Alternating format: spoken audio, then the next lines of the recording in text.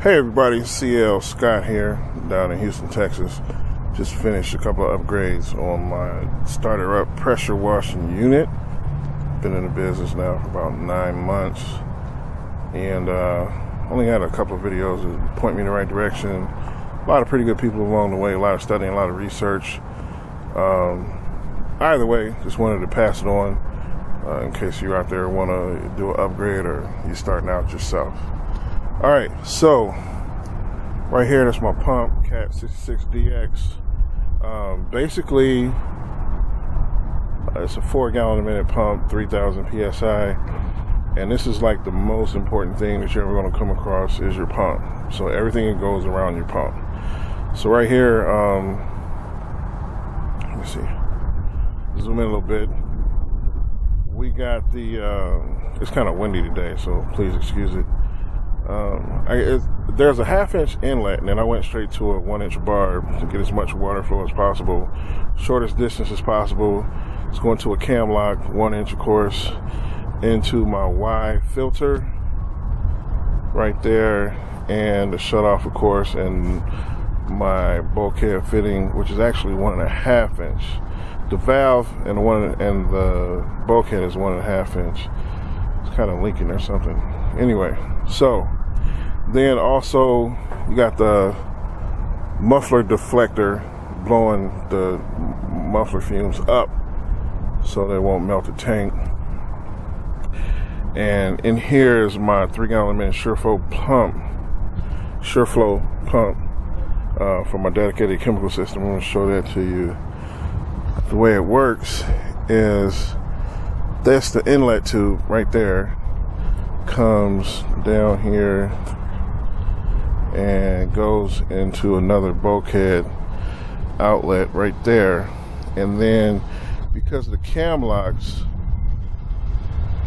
alright, so because of the cam locks, I'm able to switch back and forth between this 15 gallon chemical tank, is what I'm making it, with a shut off as well.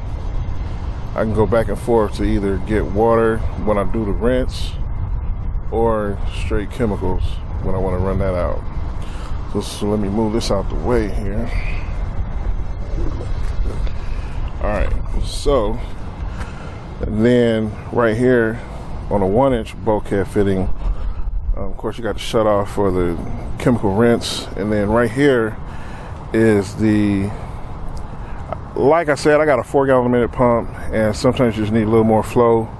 So what I did was I plumbed, this is a 1 inch line going to my starter pressure washer, about 2.5 gallon a minute Simpson 2.4. So that combines, you can look down here, the water flow going to a T here. Let me get out the way here. Okay, so that goes into this T right up here to my hose reel right there. That's how it's plumbed. Get a good look at it. And then of course when I want to do my chemical injection or so on, I just quick connect it out, switch it up. But this is where I actually connect my downstreamer right there to the reel. Again, let me go back a little bit just so I can point out something here.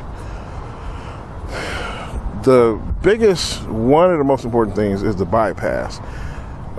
Generally this comes with a closed loop bypass where it comes here and it goes around and it feeds itself back into the pump. Well, as long as you got a tank, you can run it, the bypass line here, and I'll go around and show you.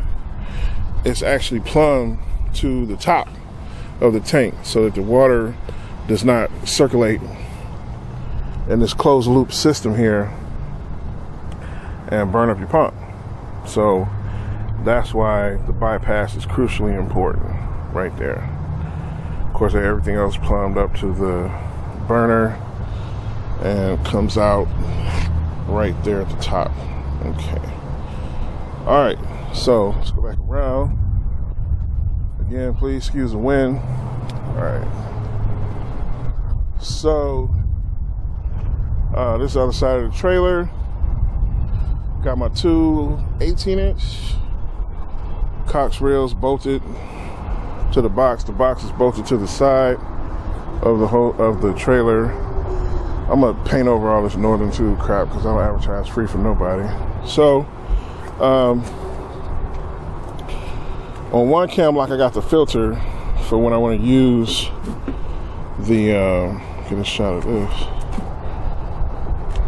For when I want to use the water fill reel, it goes into a Hudson float valve right there in the top of the tank. And then if I'm coming from the chemical pump through this reel, then it's plumb right here. So either way, I can switch it back and forth real easy. This is 200 feet, 5/8 commercial hose. When I get a bigger trailer, of course, I'll get the 3/4 hose and then just use that for dedicated chemical line. And that's pretty much it. It goes to my hammerhead here. I've been doing some practicing here. It's working out pretty good. The combination, I've been testing out tips and stuff like that, as you can see. Anyway, that's pretty much it. Thanks a lot, guys. Have a good one. Oh, yeah. One more thing. I had to move the battery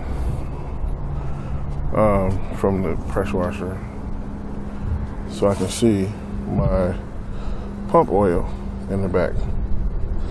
Of course, I got the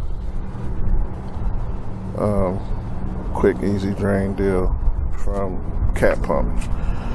All right, and this is my burner with the thermostat, goes up to 250 degrees. Of course, got my key start, so on and so on. And another important thing, also make sure you shut off the fuel before you drive, because if you don't, that's my fuel shut off right there. If you don't shut off the fuel as you're riding around and bumping around and stuff, it'll mess up. You'll get gas all in the spark plug and it'll just mess up the whole thing. So just cut off the fuel, just so you know.